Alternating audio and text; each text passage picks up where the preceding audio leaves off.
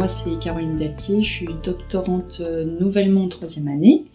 Mon parcours bac S scientifique avec par la suite une licence en sciences et vie de la Terre avec un master de biodiversité, écologie et environnement. Et là actuellement je suis sur une thèse financée par EDF qui traite des sites et sols pollués, et notamment je suis en train de développer une méthode intégrée pour gérer ces sites industriels en intégrant le fonctionnement du sol.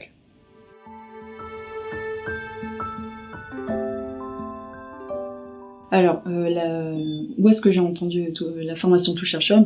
C'est via mon école doctorale qui a proposé cette formation. Et voulant à terme en projet professionnel, j'ai pour mission, je me suis donné comme mission d'effectuer de l'enseignement dans le supérieur. Et du coup, je me suis dit, pourquoi pas tenter cette expérience. C'est un pseudo-enseignement, pseudo-médiation, etc. Et je me suis dit pourquoi pas, et du coup c'est comme ça que ça m'a amené à devenir tutrice ou chercheur de fil en aiguille entre guillemets, en discutant aussi avec certains collègues qui l'avaient déjà effectué auparavant. J'avais une petite appréhension, je me suis dit est-ce que ce que j'ai eu comme expérience passée, est-ce que ça m'a pas figé un cadre dans lequel il faut pas que je dépasse par rapport à ce qui était attendu pour cette formation. Mais après, de fil en aiguille, je me suis mise à l'aise et j'ai pu faire découvrir notamment le stage sur l'éthique avec le groupe d'élèves que j'ai encadré. Mais en même temps, ça m'a permis de comprendre que en fait, l'enseignement, ça peut passer par différentes phases, différents outils, différentes manières de faire connaître certaines choses, de faire apporter des connaissances à un groupe d'apprenants. Donc c'était super chouette et moi ça m'a beaucoup plu.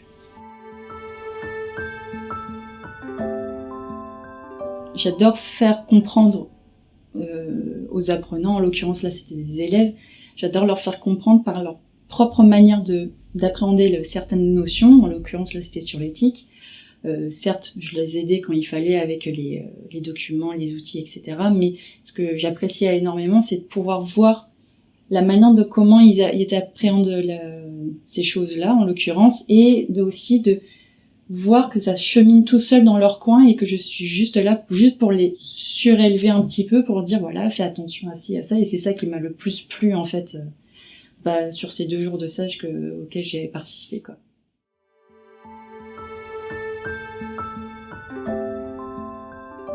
Plutôt bien. Après, je l'ai joué un peu à la cool, même si c'était pas le cadre scolaire typique ou classique.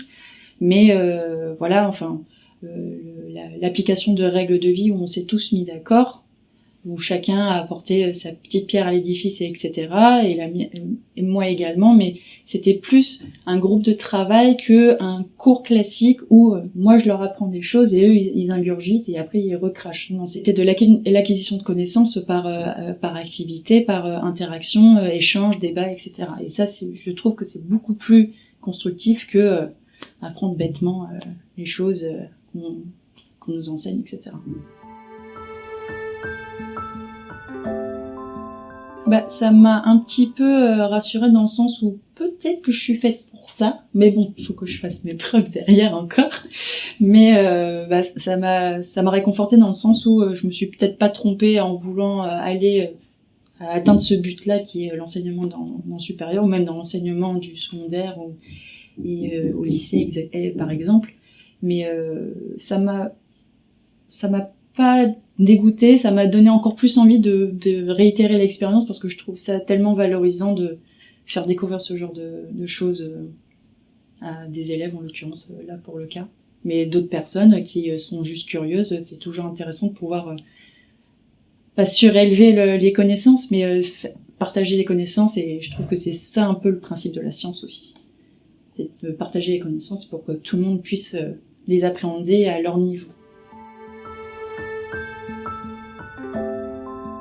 Bizarrement, ça m'a remis un petit peu les fondamentaux entre guillemets en pleine face, et je me suis dit, c'est vrai qu'il faut pas que j'oublie qu'il y a certaines cases, certaines briques qu'il faut que je maintienne dans la suite logique de mon approche par rapport à mon sujet de thèse, et le fait de d'essayer de le faire comprendre à ce groupe d'élèves, moi-même ça m'a servi un petit peu dans le sens où j'ai repris un peu mes fondamentaux et là je me suis dit quand je retourne au labo faut que je fasse comme ça. Et donc en fait c'est donnant et c'est tout aussi appréciable en termes de formation, donc moi j'ai bien aimé ça. Ce que j'ai bien aimé, c'est que il y a différents niveaux de connaissances, il y a différents niveaux d'expérience aussi, et du coup c'est tout aussi enrichissant. Rien que les interactions avec les élèves, d'une part, ça, on apprend un petit peu à se connaître nous et aussi à faire connaître d'autres choses, mais aussi le fait de discuter avec une équipe de tuteurs, c'est pour ce stage-là, pour l'éthique, c'était enrichissant pour moi parce que c'est différentes approches et c'est un melting pot de pas mal de choses qui font que en fait ça a construit ce stage-là qui a fait que c'était intéressant. C'est aussi constructif pour les élèves qui participaient à ce stage comme pour l'équipe encadrante en fait. Et pour moi, c'est ça aussi, la science, c'est partager les connaissances, c'est savoir travailler en équipe et du coup là c'était le combo réuni qui était super pour moi. Donc voilà, moi j'ai bien aimé.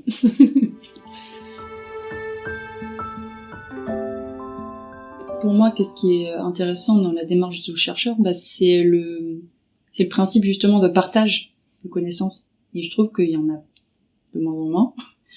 Plus le temps avance, moins il y en a. Et pour moi, la science aussi, c'est les connaissanses, bien sûr, c'est les expérimentations, etc. Mais aussi, il faut que pour que ça soit compris par tout le monde, parce que la science, typiquement, d'après sa définition primaire, c'est l'étude des faits. Mais les faits, des fois, ils peuvent pas être compris par tout le monde, et cet effort de médiation, cet effort d'organiser des ateliers, des sorties, etc., où il y a un mélange de personnes qui sont soit curieuses, soit c'est dans le cadre scolaire, soit c'est et le fait que certains chercheurs, chercheuses, professeurs et ainsi de suite qui se prêtent au jeu, c'est tout aussi enrichissant à la fois pour les chercheurs parce qu'ils ont une vision. Enfin, ils seront confrontés à la vision de quelqu'un qui n'est pas issu de la recherche et inversement, et du coup, c'est tout aussi enrichissant des deux côtés. Et pour moi, la science, ça marche un petit peu dans ce sens-là aussi. Il faut que la recherche, en tout cas, pour moi, ça doit fonctionner dans les deux sens. C'est des échanges. Parce que, typiquement, mon sujet de thèse, c'est EDF, on va dire, c'est le commanditaire de ma thèse. Ils ont besoin de différents pôles de recherche. Il y a le BRGM qui entre en compte dans ma thèse, il y a le laboratoire LSE de Nancy, il y a l'INSA Centre Val de Loire à Blois, etc. Enfin, tous ces labos-là travaillent en cohésion à travers ma personne pour créer cette méthode-là qui va servir EDF et inversement. Enfin, eux, ils sont confondés à tout ce qui est réglementation, etc. Et nous, on apporte cette expertise scientifique, mais du coup, c'est des interactions-là de différents milieux qui font que peut-être la recherche, pour moi, ça avancerait dans ce sens-là. Ça serait plus bénéfique pour tout le monde, en fait. Et à l'instar de, si on doit faire un comparatif avec tout chercheur, c'est tout aussi pareil, c'était des moments d'échange, de partage, et qui font que ça fait avancer certaines mentalités, certaines visions de certaines choses, certains aspects, notamment l'éthique. Tout le monde dit « Ah, l'éthique, c'est dégueulasse », mais en fait, si on s'y intéresse un peu plus, ça apporte beaucoup plus d'informations. Je trouve qu'il y a en l'occurrence dans mon master, il y avait 4 spécialités et on va dire que ma spécialité sœur était plus axée sur tout ce qui est écologie, mais écologie urbaine, donc les zones brunes, les zones bleues, les zones vertes, etc. Enfin, c'est le découpage de milieux urbains par rapport à tout ce qui est biodiversité et tout, mais ils avaient des cours de sociologie. Et du coup, je trouve que c'est aussi important de prendre en compte les mentalités, ou par exemple quel problème écologique ou environnemental touche telle ville, et comment les gens peuvent, selon l'historique, comment s'organise la vie sociale de telle ville par rapport à tel problème environnemental qui touche cette ville-là, comment les gens peuvent appréhender. Des fois, ça dépend simplement de juste discussion et pour que, on va dire, la commune comprenne l'enjeu, et inversement que les personnes qui vont mettre en place la protection de tel milieu qui est à risque de destruction dans tel ou tel environnement qui est juste à côté de cette commune, bah, si ceux qui font partie de cette commune ne respectent pas ou essaient pas de comprendre de pourquoi ça s'est fait, et que inversement, pourquoi les scientifiques, entre guillemets, ne se mettent pas un peu à la place des gens qui sont à la commune, bah en fait, c'est un conflit qui va durer longtemps si on prend pas le temps de discuter. Donc c'est dans ce sens-là aussi que c'est important, je trouve, de faire preuve de médiation.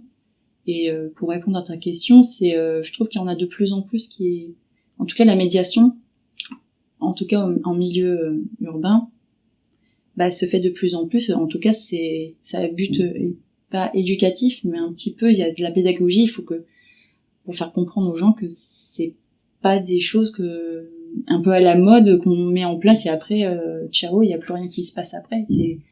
C'est à construire. Il faut construire ensemble. C'est ça le souci. Parce que là, on va rentrer dans des défis environnementaux et climatiques qui vont faire qu'il va falloir qu'on travaille ensemble, tous ensemble. Parce que sinon, on va dans le mur. En tout cas, c'est ma vision de la chose. Mais voilà, pour moi, c'est maintenant la recherche, il doit avoir un aspect médiation. Pour moi, c'est limite une condition sine qua non, parce que sinon, il n'y a rien qui avance. Il faut plus que ça soit sectaire. Il faut que ça bouge, il faut que ça échange. Sinon, on n'avance pas.